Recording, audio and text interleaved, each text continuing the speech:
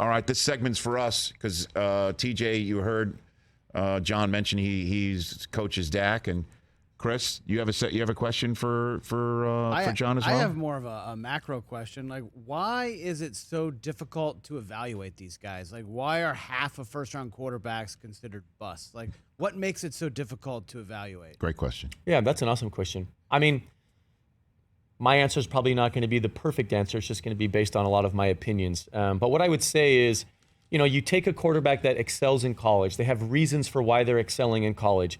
NFL coaches are going to do all they can to learn why that guy was successful. Yes. The areas that maybe he needs to improve, the weaknesses, and they're going to try to develop a guy. I think that every coach, when it starts, they have a plan in place of how they're going to develop a guy.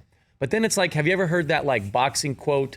I think Bill Walsh used to use it. Everybody has a plan until they've been punched in the face, right? Like you don't know how it's going to shake down. So I think all coaches, they have like a genuine plan, and then boom, season starts. And whether it's we're going to have a veteran that's going to go first and we're going to develop the young guy, or we're going to start the young guy, you have all these things that also you don't know everything about that player because you weren't in the meetings with him every day. You weren't actually the one that was out of the practice field. Like you're trying to acquire in a few months information to help you make that decision of do we draft him or not. The other thing is, who knows how it's going to shake down during the season? Who knows what injuries are going to take place? Who knows the actual situation you drop that young player into? So, there's windows of opportunity. There's windows of time. A coach may think, I have 3 years to develop this quarterback. 10 games into the rookie year, that guy's played 5 games. It's been up and down. His confidence has taken a little bit of a beating. Now the coach feels like he's on the hot seat. Something else happens. Like there's just all these factors that are out of everybody's control that really impact the development of that player. So I think the process of evaluating, it's a little flawed because of how fast it has to happen. You get January, February, and March, and a little bit of April to determine if this guy's going to fit your organization.